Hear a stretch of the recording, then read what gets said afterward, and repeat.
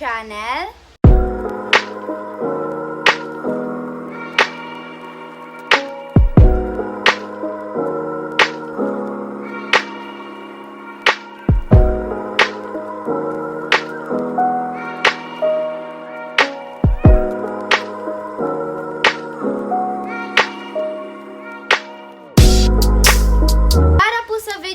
Ay tuturuan po namin kayo kung paano po gumawa ng dalgona coffee cake. And guys, before I start, please subscribe niyo po ang aking YouTube channel.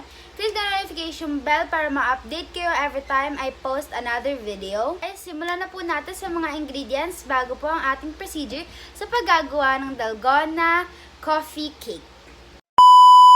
Para sa ating ingredients ay kailangan na natin ng fudgy bar, condensed milk, all-purpose cream, tapos yung ating coffee.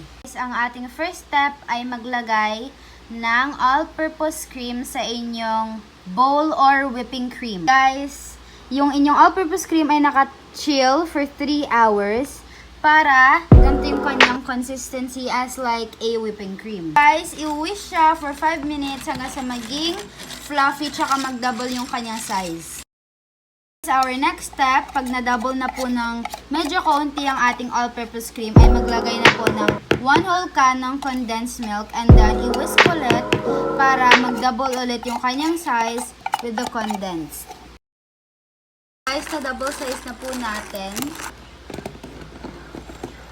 Guys, ayan, ang ating next step ay maglagay ng all-purpose cream. Guys, ay mag-ready kayo ng container. And then, i-ready nyo po yung inyong fudgy bar. And then, hatiin sa gitna. And then, i-place sa inyong container. Dapat ganyan po yung itsura. Kailangan nyo po siyang pagkasyahin. Guys, ay ilagay ang inyong all-purpose cream na walang halong powder sa inyong ginawang fudgy bar. Cover ito. I-cover lahat ng mixture yung inyong fudgy bar base. Guys, nalagay na po namin yung aming second layer.